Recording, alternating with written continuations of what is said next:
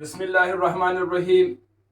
Hello everyone students, आज का जो हमारा नेक्स्ट लेक्चर है वो हमने एक नए चैप्टर पे बात करना है जिसका नाम बॉडी फ्लूइड एंड सर्कुलेशन है।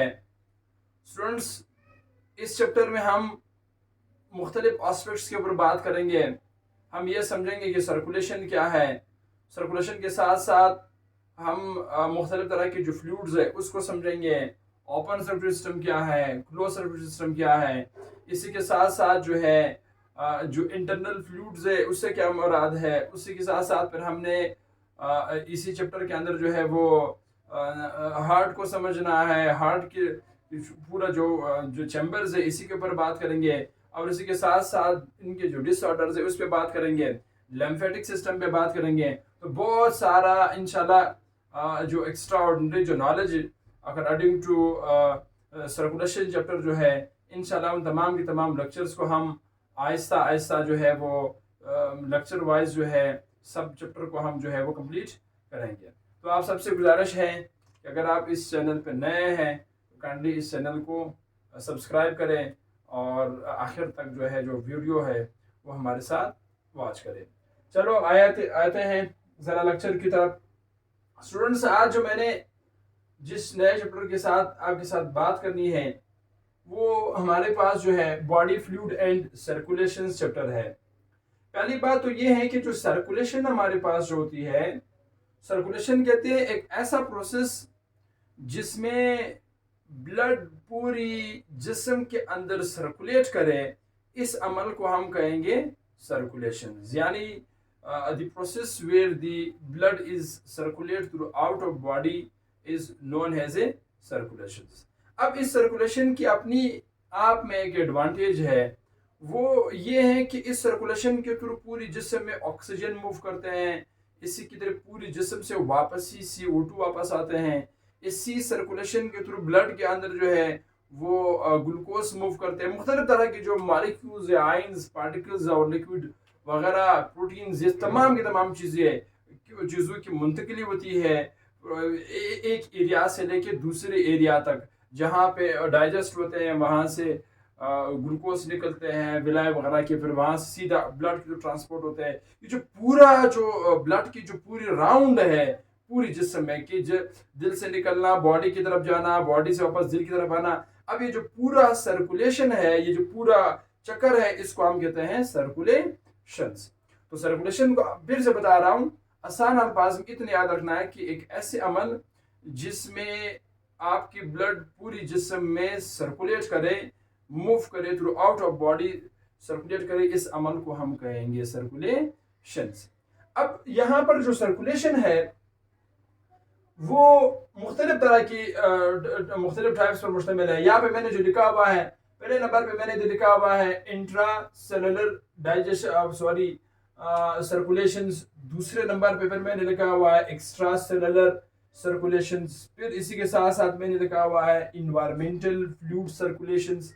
फिर उसके बाद इंटरनल फ्लूइड सर्कुलेशन के ऊपर बात करेंगे। फिर इंटरनल फ्लूइड सर्कुलेशन की फिर उसी के अंदर फिर हम ओपन और क्लोज के ऊपर बात करेंगे। तो ये आज का हमारा सर्कुलेशन चैप्टर का एक तरह का इंट्रो है जो आपने समझना है।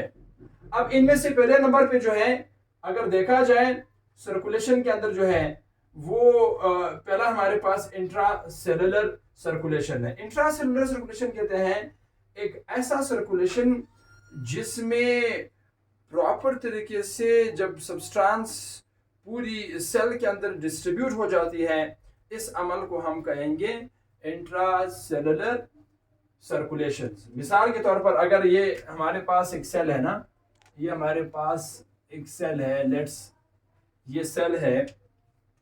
इस सेल के अंदर जो है सेंटर में यहाँ पे जो है वो न्यूक्लियस मौजूद है, ठीक है, न्यूक्लियस मौजूद है।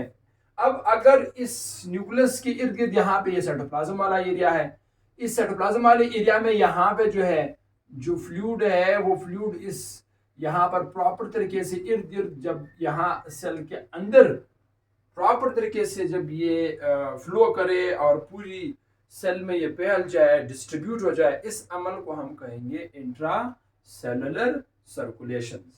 अब इधर मैंने यही लिखा हुआ है कि a type of circulation where हमारे which responsible for proper distribution of substance. अब यहाँ पे प्रॉपर डिस्ट्रीब्यूशन ऑफ सब्सटेंस होगा, ये अमल खास करके स्टूडेंट्स आपको लोअर एनिमल्स के अंदर ये आपको नजर आएगा, जो जैसे अमेबा है, पैरामीशियम वगैरह है, जितने भी एक सेल से बनने वाले जो जानदार है, इन सब में आपको खास करके इंट्रासेलुलर सर्कुलेशन जो है वो देखने को मिलेगा। अब इसमें अगर साइटोप्लाज्म के अंदर ये जो फ्लूइड मौजूद है, अगर ये फ्लूइड इस न्यूक्लियस के इर्द गिर्द मूव कर रहा है ना, इधर बहुत सारे फ्लूइड यहाँ पे मौजूद है जो कि इर्द गिर्द जो है वो इस न्यूक्लियस के इर्द गिर्द ऐसे सराउंड मूव करते हैं, तो इसकी इस मोमेंट को हम कहते हैं साइक्लोसिस। साइक्लोसिस कहते हैं the moment of cytoplasmic fluid, ठीक है, around the nucleus is known as a cyclosis. Cyclosis के बाद जो है यहाँ पे मैंने एग्जांपल अमेबा वगैरह सारे दिए हुए हैं, तो जब साइटोप्लाज्मिक सर्कुलेशन होगा तब उसको हम कहेंगे साइक्लोसिस। साइक्लोसिस के बाद दूसरे नंबर पे है एक्स्ट्रा सेलुलर सर्कुलेशन। अच्छा, एक्स्ट्रा सेलुलर सर्कुलेशन जो है, ये पहली बात तो ये है कि एक्स्ट्रा सेलुलर सर्कुलेशन आपको हमेशा नजर आएगा जो हायर एनिमल्स है, यानी मल्टी सेलुलर में आपको एक्स्ट्रा सेलुलर सर्कुलेशन नजर आएगा। याद रहे जो एक्स्ट्रा सेलुलर सर्कुलेशन है, इसमें हमेशा बिटवीन द सेल या आउटसाइड द सेल जो है ये सर्कुलेशन हमारे पास चल रही थी, यानी चीजें अंदर आती हैं, चीजें बाहर, सेल के अंदर चीज सब्सटेंस का आना, सेल से बाहर का जाना, दो सेल्स के बीच में जो है जब एक्सचेंज ऑफ सब्सटेंस होते हैं तो इसको हम कहते हैं एक्स्ट्रा सेलुलर सर्कुलेशन। जहाँ का मतलब ये भी मैंने कहा हुआ है द सर्कुलेशन आउटसाइड और बिटवीन द सेल्स, ठीक है, या सेल के दरमियान में हो या सेल से बाहर की तरफ हो, यानी इनलेट हो या आउटलेट प्रोसेस अगर चल रहा हो तो इसको हम कहेंगे एक्स्ट्रा सेलुलर सर्कुलेशन। याद रहे एक्स्ट्रा सेलुलर में हमारे पास हमारा जो हार्ट है, ब्लड जो है, और दूसरा हमारे पास जो कैपिलरीज है, ये सारे इसमें बिलखुसूस जो है वो हमारे पास इन्वॉल्व होती है। यानी सादा अल्फाज में हम कहेंगे अगर खून ब्लड के अंदर मूव, ब्लड वेसल्स के अंदर आर्टरीज के थ्रू मूव करके सीधा चले गए कैपिलरीज, कैपिलरीज से वो सीधा सेल में, सेल की तरफ गया, सेल से सब्सटेंस इनलेट हुआ, वापस ही सेल से भी सब्सटेंस आउटलेट हुआ, ब्लड में आया, फिर वहां से वो सीधा मूव करते हुए जब मूव करेंगे, अब ये सेल्स के दरमियान हुआ, दो सेल्स के दरमियान ये ऐसा प्रोसेस है, या सेल के अंदर या इनसाइड की तरफ अगर जा रहे हैं या बाहर की तरफ आ रहा है। अब ये जो पूरा प्रोसेस है इनलेट और आउटलेट का, in higher animals such circulation is known as a extracellular circulation। extracellular circulation जो है मैंने पहले बताया, ये आपको हायर एनिमल्स में देखने को मिलेगा। अब उसके बाद जो है यहां पर फिर मैंने एक और लिखा हुआ है इन्वायरमेंटल फ्लूइड्स जो है, इन्वायरमेंटल ये वाला जो है, ठीक है, जो इन्वायरमेंटल फ्लूइड वाला है, फ्लूइड सर्कुलेशन जो है, जैसे कि हमारे पास ये खास करके आपको स्पॉन्जी हाइड्रा वगैरह में ये आपको नजर आएंगे, जिसमें क्या होती है कि जो वाटर है वो खास करके वो उनकी बॉडी के अंदर जो है वो बाहर से जो फ्लूइड है वो उनकी बॉडी में मूव करते हैं। यहाँ पे मैंने ये लिखा हुआ है कि hydra gases come through water food, यानी जाहिर बात है उसी वाटर के अंदर हमारे पास जो है गैस भी मौजूद है ऑक्सीजन की शक्ल में, इसी के साथ साथ उसमें फूड भी मौजूद है। तो वो जो बाहर का जो इन्वायरमेंटल फ्लूइड है वो किसी भी जानदार के जिस्म के अंदर जो है वो मूव करती हैं या बाहर निकलती है। अगर मूव कर रहा है या बाहर निकल रहा है, इसका मतलब ये कि these are called as environmental fluid circulation, के चीजों का बाहर से, बॉडी से बाहर, सेल से नहीं, बॉडी से बाहर अंदर आना और अंदर से बाहर की तरफ फ्लूइड का निकल जाना।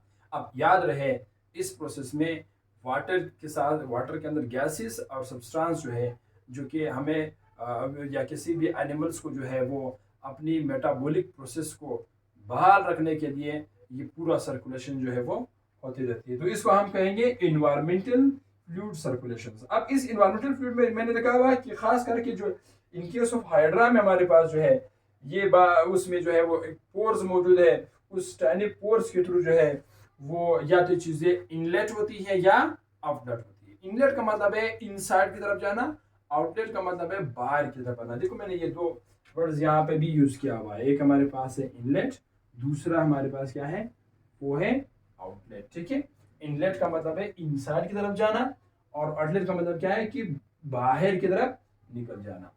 अब यहां पर जो है फिर नेक्स्ट हमारे पास जो एपिसोड है वो हमारे पास है internal fluid circulations, that is called as internal fluid circulation. जरा सारे स्टूडेंट्स जो मेरे जितने भी चैंपियंस है जहां जहां भी है सारे गौर से देखो, इधर मैंने लिखा हुआ इंटरनल फ्लूइड सर्कुलेशंस।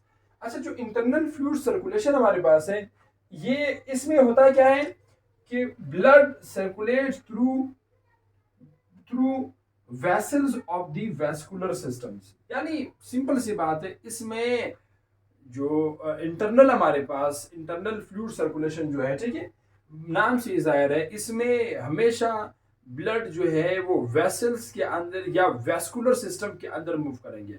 अब वेस्कुलर सिस्टम में आर्टरीज, कैपिलरीज और वेन्स, अगर इन नालियों के अंदर, इन वेस्कुलर सिस्टम्स के अंदर अगर ब्लड मूव कर रही तो इस अमल को हम कहेंगे इंटरनल फ्लूइड सर्कुलेशंस। फिर से मेरी बात सुने, अगर खून नालियों के अंदर यानी आर्टरीज, वेन्स और कैपिलरीज जिसको हम वेस्कुलर सिस्टम कहते हैं, अगर इस वेस्कुलर सिस्टम के अंदर ब्लड मूव कर रहा है तो इस अमल को हम कहेंगे इंटरनल फ्लूइड सर्कुलेशंस। याद रहे जो इंटरनल फ्लूइड सर्कुलेशन है स्टूडेंट्स ये दो किस्म के होते हैं, एक को हम कहते हैं ओपन, एक को हम कहते हैं क्लोज। यानी ओपन सर्कुलेटरी सिस्टम, दूसरा हमारे पास होता है क्लोज सर्कुलेटरी सिस्टम। बहुत सारे ऐसे एनिमल्स हमारे पास है जिसमें स्टूडेंट्स बाज में जो है वो क्लोज सर्कुलेटरी सिस्टम मौजूद होते हैं, बाज में हमारे पास ओपन सर्कुलेटरी सिस्टम मौजूद है। मगर ज्यादातर जितनी भी मल्टी सेलुलर ऑर्गेनिजम्स है, जो वार्म ब्लडेड एनिमल है, उसमें तकरीबन क्लोज सर्कुलेटरी सिस्टम मौजूद है। जबकि जो एक सेल से बनने वाले जितने भी ऑर्गेनिजम्स है उसके अंदर आपको, या जरूरी नहीं कि एक हो, मोर देन वन सेल से भी हमारे पास है। जो हमारे पास कोल्ड ब्लडेड होते हैं, तमाम के तमाम कोल्ड ब्लडेड जो होते हैं वो, यानी जो हाइबरनेशन की प्रोसेस को भी लीड करता हूँ, तो उसके अंदर बेसिकली आपको जो है वो फ्लूइड नजर आएगा। अब यहाँ पर जो है तो पहले नंबर पे हमारे पास ओपन सर्कुलेटरी सिस्टम हुआ, दूसरे नंबर पे क्लोज सर्कुलेटरी सिस्टम है। अच्छा, जो ओपन सर्कुलेटरी सिस्टम है, ओपन सर्कुलेटरी सिस्टम का मतलब यह है कि एक ऐसा process, the blood not enclosed in the blood vessels but it pumps a cavity. क्या मतलब हुआ इस बात का? इस बात का मतलब ये है कि एक ये circulatory system, open circulatory system का एक टाइप है जिसमें हमेशा ब्लड वेसल में मूव नहीं करता। एक बिल्कुल एक साइनसिस, एक चैम्बर के थ्रू जो है एक खाने में ही ब्लड जो है वो मूव कर रही होती है। ठीक है, ठीक है, कैविटी के अंदर, एक खाने के अंदर जो ब्लड है वो मूव करते हैं, मगर उसके लिए कोई स्पेशलाइज्ड सेल्स, ब्लड वेसल्स मौजूद नहीं है। ठीक है, ओपन सर्कुलेटरी सिस्टम एक ऐसा सर्कुलेशन है जहां पे फ्लूइड जो है वो एक चैम्बर के थ्रू एक खाने में जो है वो मूव करती है और उसके लिए कोई भी ब्लड वेसल्स यहाँ पे नहीं है। अब इसके इस सर्कुलेशन को हम कहेंगे ओपन सर्कुलेटरी सिस्टम्स। अब इस ओपन सर्कुलेटरी सिस्टम जो है, अगर खून नालियों के बजाय, जो है वो एक चैम्बर में मूव कर रहा हो, तब उसको हम कहेंगे क्या कहेंगे उसको हम होम्योसील कहेंगे। ठीक है, then that is called as होम्योसील कहते हैं। बाद लोग इसको हिम्योकोल भी कहते हैं। ठीक है, जैसे आपको प्रोनाउंस करना चाहे तो आप कर सकते हैं। ठीक है, दैट इज कॉल्ड एज हिम्योकोल भी कहते हैं सील, जो आपको मुनासिब लगे वो वर्ड यूज करें। इसी के साथ साथ दूसरे नंबर पे हमारे पास जो है तो इसको हम कहेंगे हेमोकोल का मतलब है कि ब्लड का एक चैम्बर के अंदर मूव करना, इस अमल को हम हेमोकोल कहेंगे। इस पूरी प्रोसेस को हम कहेंगे ओपन सर्कुलेटरी सिस्टम्स। अब इस ओपन सर्कुलेटरी सिस्टम में मुख्तलिफ तरह की एनिमल्स हमारे पास इसमें आते हैं। जैसे कि हमारे पास मोलेसेक्स हमारे पास हुआ, इमेज ऑलरेडी अवेलेबल है, मोलेसेक्स हुआ, दूसरे नंबर पे कॉकरोच हुआ, फिर उसके बाद जो है पैरविन्स, सिल्वर फिश, स्नेल वगैरह, ये सारी इनके एग्जाम्पल है जो कि जिसके अंदर ओपन सर्कुलेटरी सिस्टम मौजूद है। अब इसी के साथ साथ यहाँ पर मैंने इसका एक सिंपल एक स्केच ड्रा किया है। यहाँ से स्टूडेंट्स इधर से ब्लड जो है वो इनसाइड की तरफ मूव करते हैं, ठीक है। यहाँ से जो ब्लड है वो ब्लड से मेरा मुराद यहाँ पे जो फ्लूइड है, फ्लूइड इज मूव इनसाइड, ठीक है। यहाँ से जो फ्लूइड है वो अंदर की तरफ आते हैं। जैसे फ्लूइड अंदर की तरफ आते हैं, अब इधर जो है जो उनकी बॉडी की जो ऑर्गन है या जो टिश्यू है वो टिश्यू इधर इस वेसल्स के अंदर डिप्थ हुए, डिप्थ होती है। डिप्थ का मतलब है इसी के अंदर मौजूद है और फ्लूइड इसके ऊपर आसपास मौजूद है, ठीक है। टिश्यू भी हो सकता है, ये ऑर्गन भी हो सकता है। तो यहाँ पर जो है जो हमारे पास फ्लूइड है वो फ्लूइड इस तरह अंदर आती है। फ्लूइड जैसे अंदर आ जाती है तब वो जाकर के इधर चाहे वो ऑर्गन हो या हमारे पास टिश्यू, इस टिश्यूज में ऑर्गन्स में बेसिकली ये एक्सचेंज होता है। जैसे एक्सचेंज हो जाते हैं इधर से मेटाबॉलिक का प्रोसेस हो जाते हैं। जैसे मेटाबॉलिक का प्रोसेस हो जाते हैं इधर से वापस जो है जो वेस्ट है वो यहाँ से फिर सीधा जो है वो मूव करता है। तो ये कोई भी एक स्पेशलाइज्ड सिस्टम मौजूद नहीं है ओपन सर्कुलेटरी सिस्टम में। तो इस तरह की जो सिस्टम हमारे पास होती है that circulation is known as a open circulatory systems. Open circulatory system के बाद दूसरे नंबर पे है क्लोज सर्कुलेटरी सिस्टम्स। याद रहे जो क्लोज सर्कुलेटरी सिस्टम है, अभी हमारी जो बॉडी है तकरीबन इसमें हमारी जो अपनी बॉडी है मल्टी सेलुलर तमाम के तमाम जितने हैं उन सब में क्लोज सर्कुलेटरी सिस्टम मौजूद है। क्लोज सर्कुलेटरी सिस्टम में जो ब्लड सर्कुलेशन होती है वो ब्लड वेसल्स के अंदर ही होते हैं, जहां पे हमारा दिल, हार्ट, हमारे आर्टरीज, हमारी कैपिलरीज, आर्टियोज, एओर्टा, तमाम के तमाम जितने भी हमारे पास वेसल्स है, चाहे वो हमारे पास जो है वो आर्टरीज हो, वो विंस हो, कैपिलरीज हो, जितने से भी वेसल्स मौजूद हो, वेस्कुलर सिस्टम्स मौजूद हो, तो उसमें दिल समेत पूरा एक नाली के अंदर, एक वेसल्स के अंदर जो ब्लड है वो मूव करती है। ब्लड की इस मोमेंट्स को हम कहेंगे क्लोज सर्कुलेटरी सिस्टम, क्योंकि याद रहे यहाँ पे जो ब्लड है वो बिल्कुल एक वेसल्स के अंदर मूव कर रही है। तो उस वेसल्स को हम कहेंगे, इस पूरी सर्कुलेशंस को हम कहेंगे क्लोज सर्कुलेटरी सिस्टम्स। इधर मैंने एक छोटा सा स्टेटमेंट लिखा हुआ है, the blood is enclosed in the blood vessels, is enclosed in the blood vessels बनाती है कि खून यहाँ पर मूव करते हैं खून की नालियों के अंदर, ब्लड वेसल्स के अंदर। और इसमें हमारे पास क्या है, हार्ट इन्वॉल्व है, ठीक है। हार्ट जो कि मस्कुलर ऑर्गन है, कार्डियक मसल जो कि पंपिंग में इन्वॉल्व है। अच्छा, while circulating where blood circulating through arteries हुआ, वेन्स हुआ और कैपिलरीज हुआ, ठीक है। इसमें जो हमारे पास इन नालियों के अंदर जो है वो मूव करते हैं। अब यहाँ पे जरा मैंने ये डायग्राम बनाया हुआ है, यहाँ पे स्टूडेंट जरा मेरी बात गौर से समझने की कोशिश करें। लेट्स यहाँ पे हार्ट मौजूद है, यहाँ पे हमारे पास क्या मौजूद है स्टूडेंट्स, हार्ट मौजूद है। हार्ट ने ब्लड को पंप किया, ब्लड सीधा चला गया आर्टरीज में। अब ये जो इनलेट जो हमारे पास ये जो हमारे पास वेसल्स है ये असल में आर्टरीज है, these are called as arteries. अब ये जो आर्टरीज है, इस आर्टरीज के थ्रू जो है, आर्टरीज उस नाली को कहते हैं जिस नाली में ऑक्सीजनेटेड ब्लड मूव करते हैं। अब ब्लड यहां पर आया, फिर वो ब्लड वहां से वापस ही आउटलेट से बाहर जाएगा।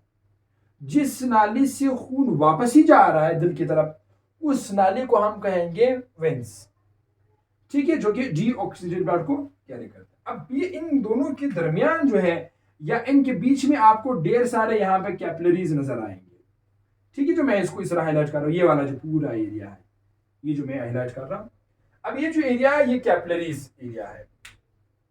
अब इधर ये जो ब्लड आया हुआ है, इस ब्लड के अंदर स्टूडेंट्स ये ब्लड सीधा यहां से मूव करेगा। अब ब्लड जब यहाँ पे आएगा, अब ये जो एरिया है इस एरिया को हम लिम्फेटिक जो सिस्टम है वो यहाँ पे फिर अप्लाई होती है, जहाँ पे अभी ऑक्सीजन यहाँ पे आ रहा है, प्लाज्मा इधर आएगा, ठीक है। और साथ साथ यहाँ पे ऑक्सीजन के साथ साथ यहाँ पर ग्लूकोज वगैरह आएगा, ये सारे यहाँ पे आएंगे। ग्लूकोज हुआ, कोई भी दूसरा लिपिड गैसेस वगैरह, ये सारे यहाँ पे आएंगे। अब इधर ये जो ये मैंने बनाया हुआ ये एक सेल है, दूसरा सेल है, मैं शॉर्टकट इधर लिखता हूँ टिश्यू, ये घर है, ये ढेर सारे घर है, यानी घर से मेरा मुराद है यहाँ पे ढेर सारे सेल्स मौजूद है टिश्यू की शक्ल में। अब जैसे खून की नली यहाँ पर आया, कैपिलरीज है, इस कैपिलरीज से ऑक्सीजन, ग्लूकोज, विटामिन, लिपिड्स, जितने भी जो सेल को रिक्वायर्ड होते हैं, जो मेटाबॉलिक प्रोसेस के लिए हमें रिक्वायर्ड होती है, वो सारे के सारे यहाँ पे अंदर आएंगे सेल में। और सेल में जो मेटाबॉलिक प्रोसेस हुआ है उस दौरान जितना भी वेस्ट प्रोड्यूस हुआ है कार्बन डाइऑक्साइड की शक्ल में और यूरिन की शक्ल में, यानी वेस्ट वाटर की शक्ल में, ये जितने भी गंद पैदा हुआ है वो गंद वापस ही सीधा यहाँ पे आएगा, यहाँ से फिर वो सीधा मूव करेगा। अब ये जो पूरा सर्कुलेशन है इसमें आर्टरीज, वेन्स, कैपिलरीज और हमारा जो दिल है, ये सारे के सारे इसमें इन्वॉल्व है, जो कि इस पूरी प्रोसेस का इसमें जो सर्कुलेशन होती है इसको हम कहते हैं क्लोज सर्कुलेटरी सिस्टम। इस क्लोज सर्कुलेटरी सिस्टम में स्टूडेंट्स याद रखिए इसका एक ही मकसद है, वो ये है कि सेल तक जो है मटेरियल ले जाना और सेल से वापस मटेरियल ले आना। इस पूरी प्रोसेस में जो मेन उसका गर्ज है वो ये है, जो पर्पस है वो ये है कि सेल के अंदर जो मेटाबॉलिक प्रोसेस चल रहा है इस प्रोसेस को मेंटेन रखना है, इसीलिए ये सारा सर्कुलेशन जो है वो चल रही होती है। तो इस सर्कुलेशन को हम कहेंगे क्लोज सर्कुलेटरी सिस्टम्स। अब इस चैप्टर में इंशाल्लाह अजीज अल्लाह ने चाहा तो हम आगाज करेंगे हार्ट से। हार्ट समझेंगे पहले लेक्चर में, फिर हम ब्लड वेसल्स और फिर हम जो है वो समझेंगे लिम्फेटिक सिस्टम। ठीक है, तो ये आज का हमारा लेक्चर है जहाँ पे हमने सर्कुलेशन क्या है वो समझ लिया है, फिर उसके बाद हमने फ्लूइड समझ लिया, इंट्रासेलुलर और extra cellular circulation, internal fluid circulation, open और क्लोज, और ये सारे के सारे जो पॉइंट्स है ये हमने समझ लिया। ठीक है, पढ़ते रहें और अपना ख्याल रखिए और कोशिश करें अपने इर्द गिर्द जितने भी दोस्त अहबाब है, जितने भी हमसाया है, सबके साथ जो है वो हुस्न अखलाक से पेश आया करें और सबके साथ वसीले के साथ प्यार और मोहब्बत के साथ रहा करें। जितने भी मेरे चैम्पियंस हैं कोशिश करें, एक बात हमेशा याद रखते हैं, इल्म उसको कहते हैं जो आपकी शख्सियत का हिस्सा बने। तो कोशिश करें जितने भी आप इल्म हासिल करें उस इल्म को अपने ऊपर अप्लाई करें। अगर आपने इल्म हासिल किया हुआ है और आपका हमसाये के साथ सबके साथ जो है वो ताल्लुकात और आपकी इल्म का आपके ऊपर असर नहीं हुआ है तो ये इल्म नहीं है, ये मालूमात है। पढ़ते रहे और अपना ख्याल रखिए। All the best my best champions.